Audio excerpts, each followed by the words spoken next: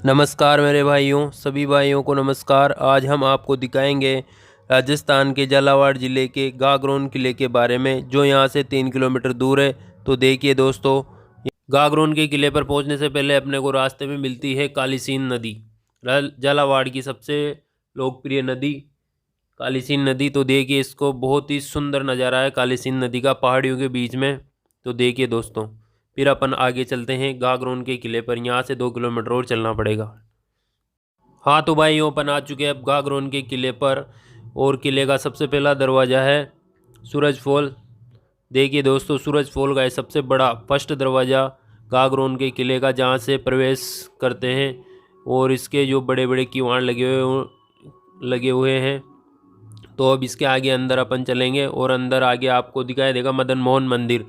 मदन मोहन मंदिर ये सबसे पहला मंदिर है गागरोन के किले का, और ये सबसे छोटा बना हुआ गोल गुम्बज मंदिर है।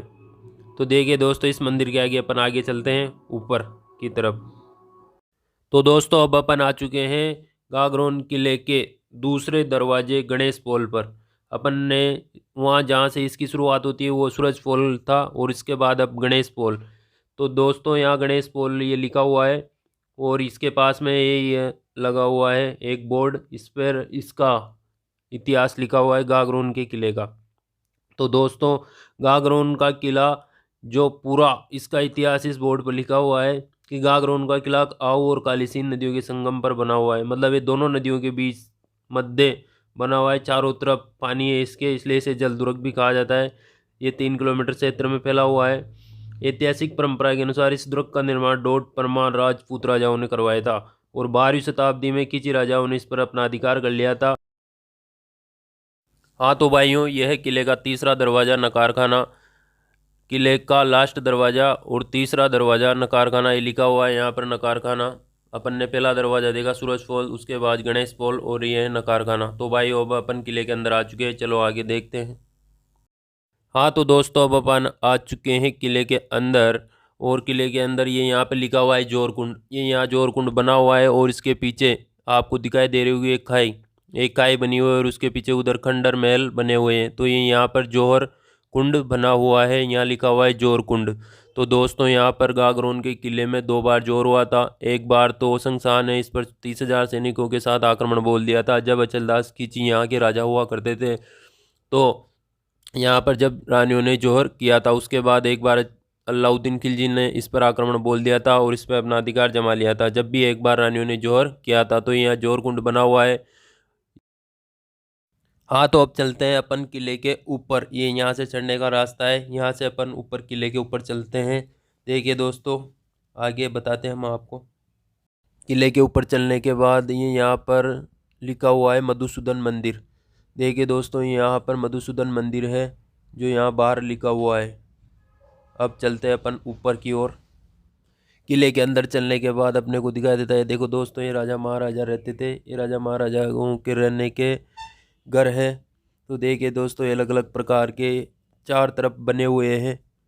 तो अब अपन आगे चलते हैं ऊपर की तरफ। ऊपर की ओर अपन जैसे चलेंगे, तो ऊपर से अपन देखेंगे कि गागरोन के किले के चारों तरफ नदियां निकली हुई है, आऊ नदी और कालीसीन नदी, इसलिए इसे जल दुर्ग भी कहा जाता है।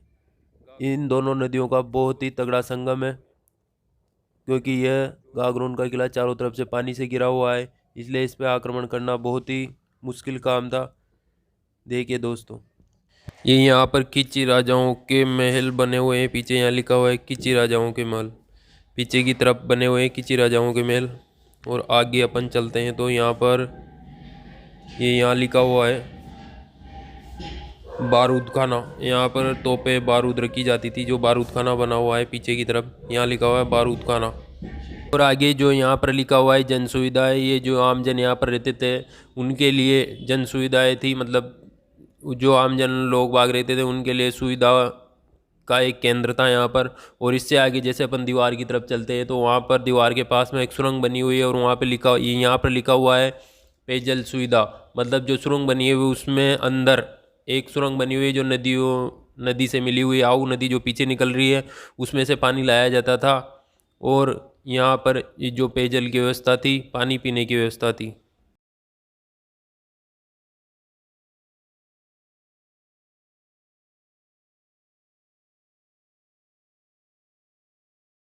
और यहाँ पर ये आमजन के लिए कुएं भी बने हुए हैं, पानी की सुविधा के लिए, पेयजल के लिए 4-5 कुएं बने हुए हैं यहाँ से लेकर यहाँ तक।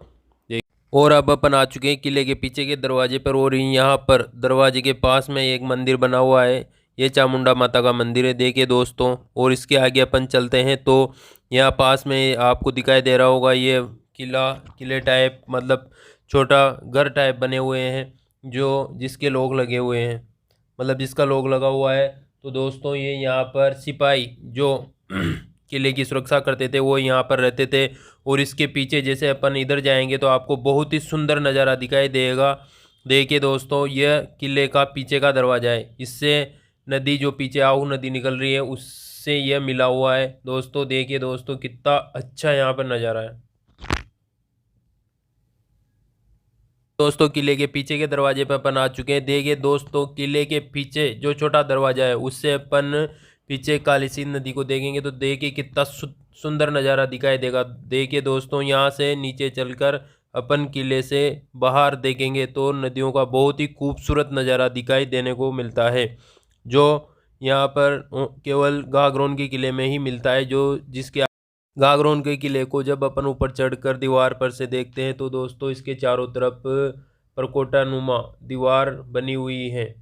यह प्रकोटानुमा दीवार बगर नींव की दीवार है। इस पे दोस्तों राजस्थान का एकमात्र ऐसा दुर्ग है यह गागरोन का किला। तो इसके बगर नींव के चट्टानों पर बना हुआ किला है, ये चट्टानों पर टिका हुआ किला है दोस्तों। देखिए दोस्तों ये, और यहाँ से बहुत ही सुंदर काली सिंध और आहू नदी का नजरिया भी आपको दिखाई देगा। देखिए दोस्तों, हाँ तो दोस्तों अब चलते हैं अपन किले के बाहर की तरफ। तो रास्ते में ये देखिए दोस्तों यहाँ पर जो दिखाई दे रही है कटारमल की छतरी बनी हुई है यहाँ पर, यह है कटारमल की छतरी, बहुत ही पुरानी छतरी है ये दोस्तों देखिए। और इसके बाद अपन चलते हैं अब बाहर की तरफ। देखिए दोस्तों इस संगमरमर की शिला पर राजस्थान के गागरोन के किले की पूरी आकृति बनी हुई है। देखिए दोस्तों ये इस तरह का किला है, इसकी पूरी आकृति इस पर छपी हुई है।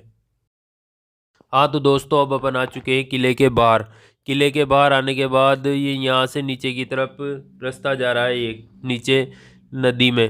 तो दोस्तों इसके पास जो नदी निकल रही है काली सिंध, उसमें अपन नीचे की तरफ चलेंगे तो यहाँ से हम आपको बताएंगे कि कैसे किला चट्टानों पर टिका हुआ है और इसकी कोई नींव नहीं है।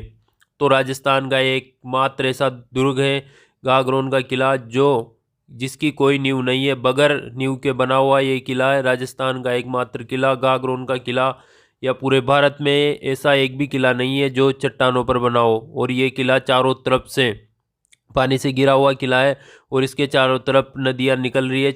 इसके 3 संगम है नदियों के, काली सिंध और आहू के। तो इसका जो नीचे की जो चट्टानें हैं उन चट्टानों पर यह बना हुआ किला है, राजस्थान का एकमात्र किला गागरोन का किला। तो देखिए दोस्तों आप खुद देख लीजिए किला कितना किस तरह चट्टानों पर टिका हुआ है। तो देखिए दोस्तों,